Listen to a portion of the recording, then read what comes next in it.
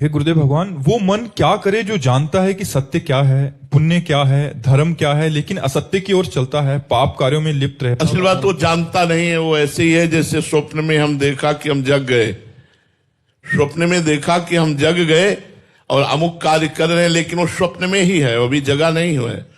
जब जग जाओगे तो फिर ये भोग विलास, ये गलत आचरण, ये सब अच्छा नहीं लगा। जाने सुतवही जीव जग जागा, जब सब विषय विलास विरागा।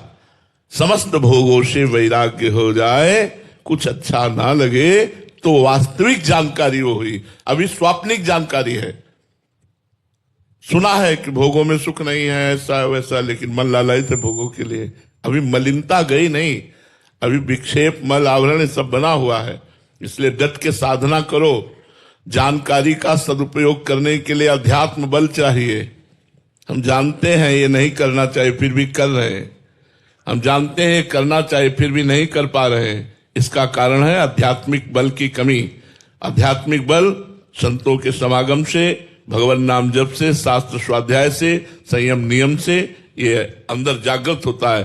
फिर दृढ़ प्रतिज्ञ हो जाता है साधक। जो बोलता है वही करता है, जो सोचता है वो सत्य सोचता है, असत सोच को रौंद करके वो सत्य मार्ग का पथिक बन जाता है। तो इसमें साधना की जरूरत है। अब आजकल की क्या साधना, 10-11 बजे तक सोते हैं लोग। बड़ी पीड़ा है इस बात की कि लोग ब्रह्म मुहूर्त में नहीं जगते हैं।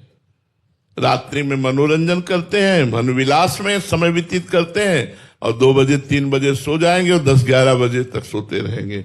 जो हमारे जीवन की मधुर बेला भगवत आराधना, शास्त्र स्वाध्याय, भगवत ध्यान की है, वो निद्रा में नष्ट कर देते हैं। फिर जगह फिर वही भोग विलास, रुपया पैसा मान प्रतिष्ठा, इसी में पूरा जीवन व्यतीत कर देते हैं।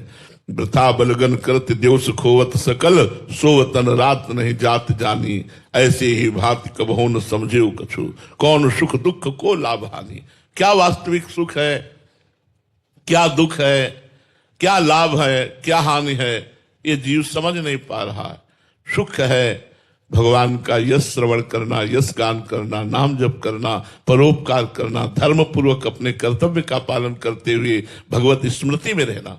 दुख है भगवान को भूल करके संसार के भोगों में रत होकर समय को नष्ट करना। बड़ा भयावह है। रोज आयु हमारी नष्ट होती चली जा रही है। दिन गया, रात गई, ये सब हमारी आयु से कट रहे हैं। अब हमारी आयु थोड़ी रहती चली जाए, पता नहीं शाम तक जिएंगे कि नहीं जिएंगे, कल तक जिएंगे कि नहीं जिएंगे। फिर भी हम प्रभु को नहीं सुमिरन कर रहे, फिर भी हम अपने कल्याण की बात नहीं सोच रहे। बड़ी अज्ञानता है। हमें सावधान हो जाना चाहिए। केवल मनुष्य शरीर से ही साधना करके हम भगवत प्राप्ति कर सकते हैं। तो ये जो जानकारी है, इसका प्रयोग तभी होगा जब खूब नाम जप करोगे, अध्यात्म बल वाले बनोगे।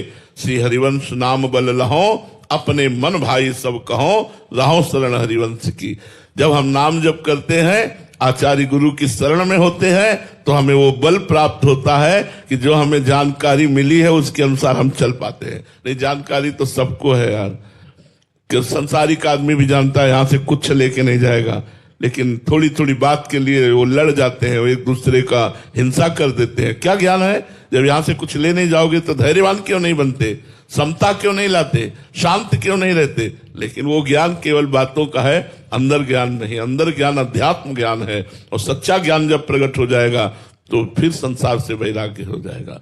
संसार में रहते हुए भी वो असंग रहेगा और परमात्मा प्राप्ति के लिए व्याकुल रहेगा कि रोज का रोज हमारा प्रतिपल नष्ट होता जा रहा है।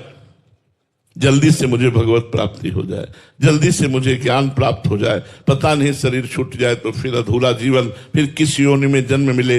जब भरत जैसे महापुरुष को हिरण की योनि मिल सकती है, तो अपने लोगों को नाली का कीड़ा बनने में कितनी देर लगेगी? इसलिए बहुत सावधान होकर नाम जप करो, और जो जानकारी है उसका प्रयोग तभी कर पाओगे जब अध्यात्म बल वाले बनोगे।